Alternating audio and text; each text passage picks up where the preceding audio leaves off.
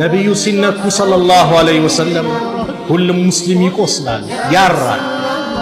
እርግጠኛ ነኝ ሂጃብ ማትለብሷ እህቴ ብትሆን ሰላት ማይሰግደው ወንድሜ ቢሆን ወላሂ ምዬ ነው ማለት ወላሂ ነቢዩ ሲነኩ አይደራደርም።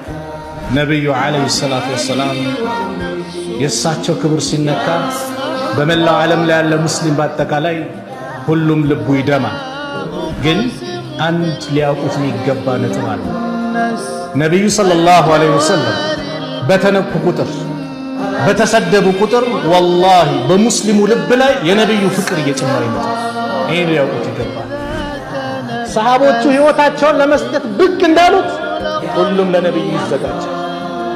ረሱልን ነቢዩ ሲሰደቡ ረሱል ክብራቸው ላይ ሰዎች እንደፈለጉ ሲሆኑ ወላሂ መጀመሪያ የሚቆረቆረው